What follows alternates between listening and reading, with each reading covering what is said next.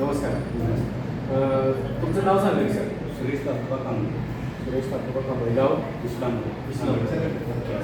तर आपल्या DNM कंपनीचं ॲग्रीचे प्रोडक्ट्स तुम्ही वापरले हो.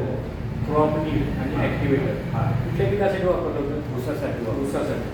बरं, क्रॉप नीड आणि ॲक्टिवेटर ज्यावेळी तुम्ही वापरलं ऊसासाठी त्यावेळी तुम्हाला काय काय फायदे त्या आपल्या प्रोडक्टचे जाणवतात? मी सुरुवातीला आळवणी घातली आणि आळवणी घातल्यानंतर लहान असताना आळवणी घातली राईट. आणि जरा ऊस पुळवायच्या ह्याच्यात आल्यानंतर फवारणी केली दुसऱ्या वेळेला. ओके. 2 डोसमध्येच आजपर्यंत ती काळोखी चांगली आहे. गाव चांगले आहे. काळोखी चांगली आहे. अतिशय रिपोर्ट चांगला आहे. अच्छा, आता तुम्ही बरेच किती वर्ष झालं शेती करतात? मी आता बरेच वर्ष झाली शेती करतो. ओके, मग एवढ्या वर्षी नाही आहे चांगलं. नाही आहे ना? ओके. तर तुम्हाला काय एक्झॅक्ट काय फरक जाणवला ऊसामध्ये?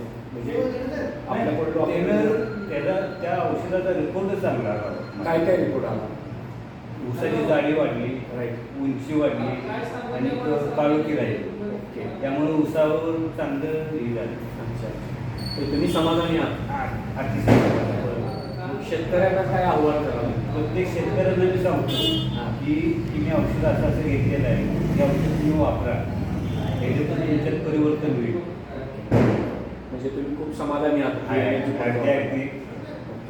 बघा, नमस्कार.